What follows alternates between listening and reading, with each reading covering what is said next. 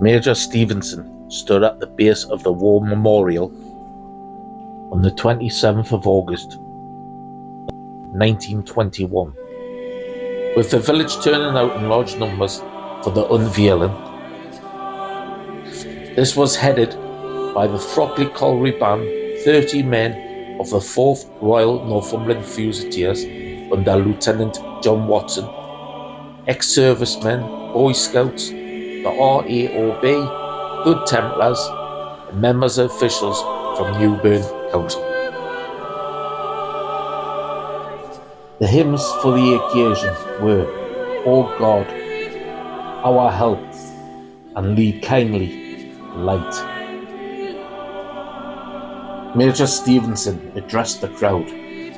He said the men whose memory they were honourable on their occasion had followed the tradition of their forefathers. It should never be forgotten that Britain was a fighting nation. Every part of freedom of England had been fought for, whilst one of the great sorrows was also one of joy, that the men of Throckley had not failed our great nation. William Allen, Hugh Allen, Walter Armstrong, James Atkinson, Thomas Atkinson, Robert Bate, Ernest W. Bell, John Bain, Gordon W. Brown, Archibald Clark, William Collister, Thomas Donaldson, Richard A. Elliott, Thomas Greer, Arthur Graham, Frank Guy, Thomas Hebble, John H. Hebble, Ernest H. Hodgson,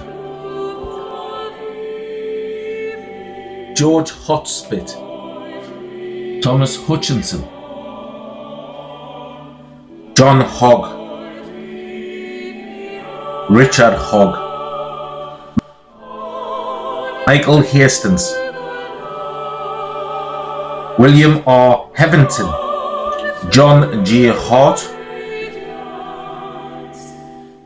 John Harrison, Thomas Harm, James Jerrod, George R. Jowett, William H. Lord, Charles S. Liddell, William Ledger, Ralphie Mills, Cuthbert Nixon, James Nixon, George Oliver, Joseph Patterson, Joseph Potter,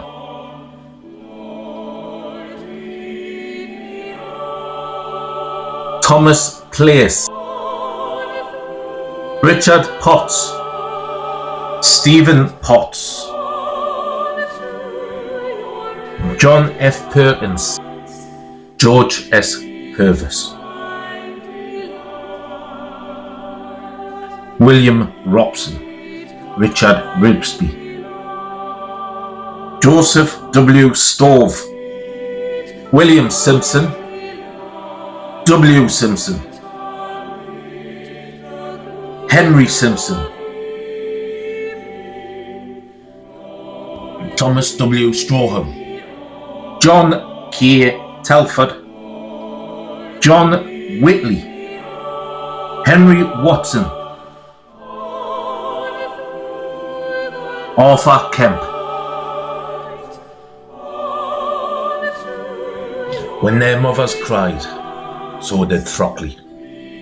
We lost our sons, but gained our freedom. So the next time you pass by, look up and say their names.